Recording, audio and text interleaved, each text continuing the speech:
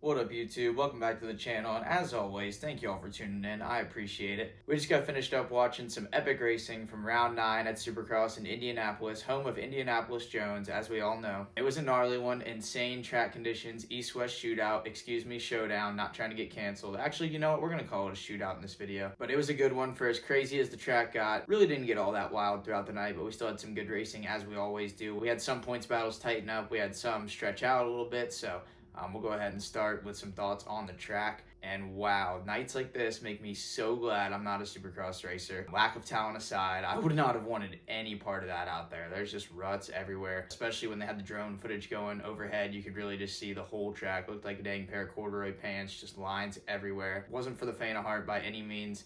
But I thought it was a good racetrack, good sand section that had some good separation, especially with the little Porcel cheater line on the little wall after it. Rhythms were super technical, obviously, because they were so rutted. We had the one rhythm section in the middle that was kind of awkward, but the guys found a good way through it. I thought it was cool just to see a little bit something different, but it was a good one. It provided some entertainment as always. And now we'll go ahead and get into some of the results. We'll start with the 250 East-West Showdown with the win. I'm so stoked to see it. You guys heard Jet Lawrence on TV talking about how good of a dude Seth Hamaker is, and Seth Hamaker gets the win. And I don't know anybody in the paddock that can't be happy for this guy. One of the best people I know. Just to show you guys how awesome of a kid Seth Hamaker has always been, I just want to tell you guys a really quick story.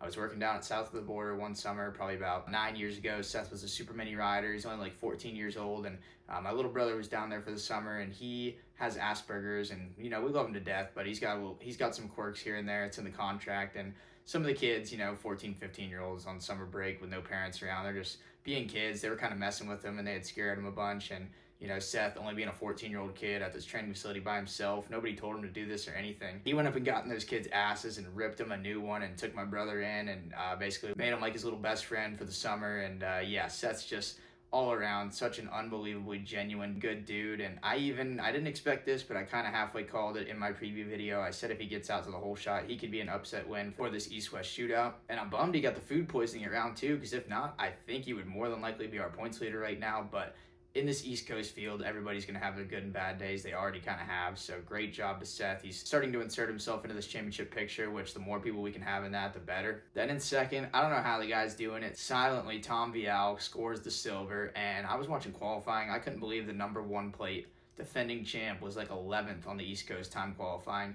Wasn't great in practice, wasn't great in the heat race, but none of that stuff matters. Whenever it mattered and the main event came around, he was on it. And just like that, the dude's the points leader. Like, I can hardly believe it, but that's just what Tom Vial does. He's going to be there every weekend. I don't really expect to see any bad nights out of him, nothing too flashy, but he's going to be there till the end, and he's got the red plate now. So these guys better watch out. Don't let this dude get on too much of a roll. Don't let him get a race win, because then it might be over. Then in the third spot, we got Hayden Deegan. I thought he was going to take the win, but he was the highest scoring West Coast rider, so I feel like that's kind of got to be a little bit of a win in his eyes, but he was looking good. I don't really quite think he was going to run down those top 2, but then he was busting out that quad god maneuver. OJ'd a little bit, blew the corner, and ran through the net. I really wish I had a net that night in West Virginia when I smashed the wall. It would have felt a little better, but solid night from Deegan. Insanely fast in qualifying all day. The dude definitely looks like he's got his little beast mode action back. Just couldn't quite pull the trigger on those top 2 in the main, but still a spot on the box, and he extends the points lead. Then in fourth, you have RJ, and I really think RJ's looking good to try to go back-to-back for these 250 Coast Championships. I mean, the dude was in like 16th, and he comes all the way back to 4th with the East-West field, so it's only going to be easier for him at the solo East Coast races, and he still has 2 more showdowns to put even more points between him and his rivals. Great job to RJ for salvaging, limiting the damage on a bad night with a bad start, but the dude's looking good. I feel like that wrist has to be getting better and better by the weekend, and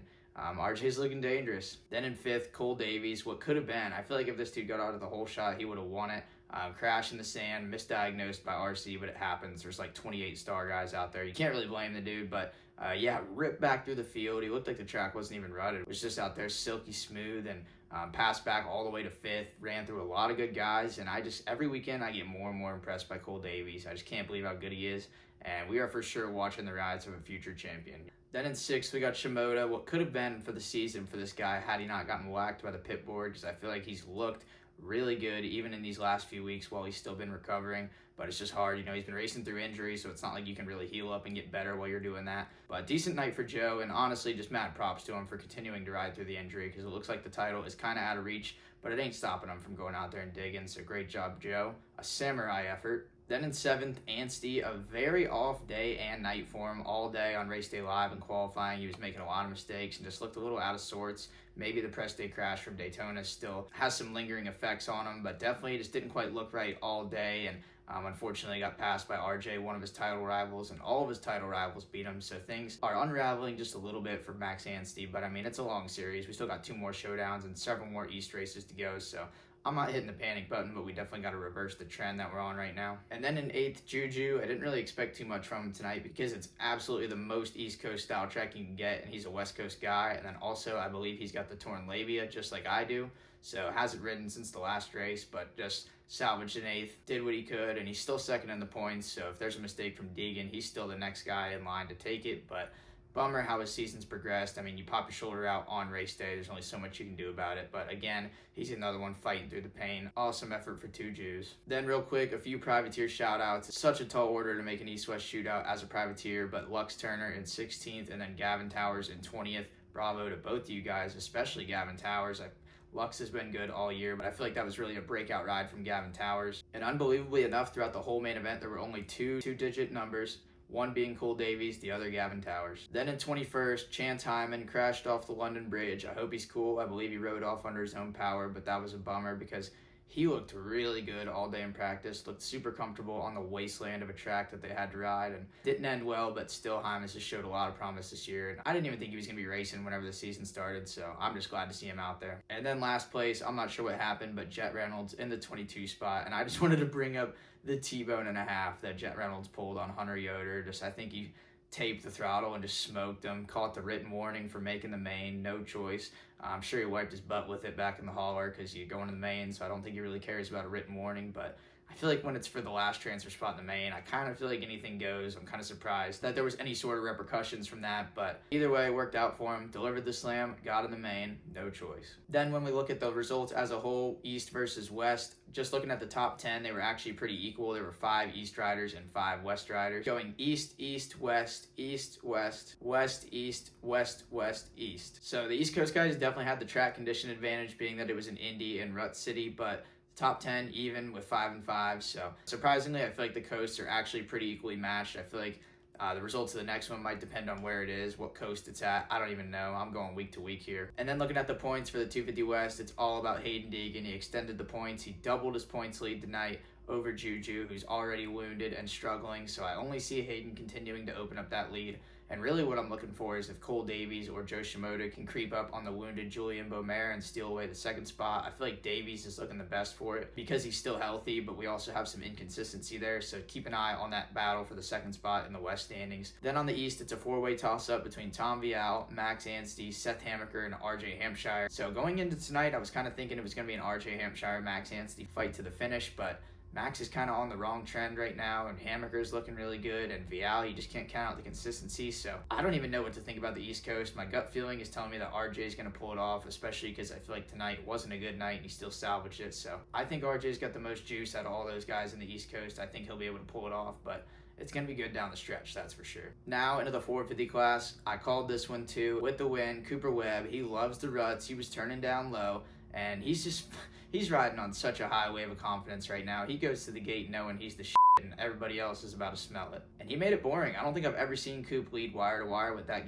big of a gap before, especially after Sexton went down. He had upwards of like a 12-second lead, so he made it easy on himself, was just kind of cruising, and I don't even think he's done worse than second in like the last 6 races, so I think everybody's in trouble. I think it's Coop's world, and we're living in it. And the dude's super dangerous in certain circumstances, and those circumstances are exactly the ones that he's in right now. So if I were the rest of the field, I would be worried. Then in the 2 spot, Star Racing teammate Justin Cooper. Awesome ride for him. I had a feeling he'd be good, being that the whoops kind of weren't a factor. They were just jumpers, so that's the one place that J. Coop loses some time. But it was really interesting on the broadcast listening to him talk about how Cooper Webb's actually pushed for J. Coop to stay on the team because he uses him to practice during the week. And just imagine the dynamic if you're J. Coop and you're beating up on Cooper Webb all week, and then you go on the weekends and Cooper's winning while you can't make the podium. It's got to get to wear on you at some point, but he's persevered, he's pushed through, and he landed in the 2nd spot, so awesome job to J. Coop. And he didn't even do it from a good start. He made plenty of passes, went forward the whole time, and just a great effort all around. Then in the 3 spot, Chase Sexton. I want to say I can't believe it, but I kind of can, but another crash. Might have went Tucker Sexton on us in the sand. We didn't even get a replay, but at least it was nothing catastrophic. He landed on the box and he's not beat his body up anymore. I know Daytona had to have hurt the guy, so now we got a week break. I think that'll be really good for him. Maybe work on some settings, work on healing up, and just come back from the break with a refreshed mindset, just ready to go. I feel like this is starting to become a dire situation for Chase. He's losing a chunk of points to Cooper Webb weekend by weekend, and it's starting to get closer and closer to an insurmountable gap because Cooper Webb's not just one who's going to give you a handful of points every weekend. So yeah, if we don't start reeling off some wins here soon, I think the number 4 may be in trouble. And then in the 4th spot, Bam Bam, Justin Barcia. He was revving, he was slamming people, but he had a great ride. I feel like it's been kind of an up and down season for him. He's been kind of quiet. I haven't noticed him a whole lot.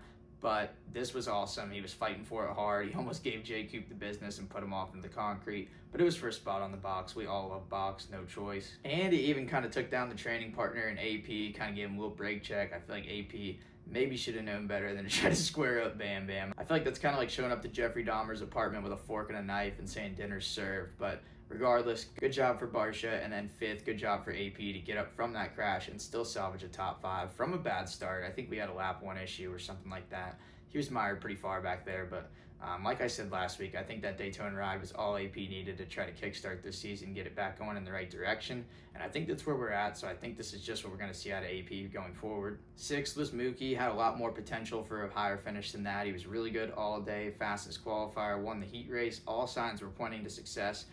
But not the best start in the main, and once you start back there, it's kind of hard, unless you have way more pace than everybody else. It's hard to really get to the front quick enough. Those guys just get away too quick, but still a solid 6th for Mookie on not the greatest night to be 6th. I feel like you can't be too bummed about that. But somebody who probably is bummed, 7th, kickstart Kenny, problems on the first lap, I think down in the first corner, and only able to get back to 7th, which was crazy because he was already back to 10th by I think 2 or 3 laps in.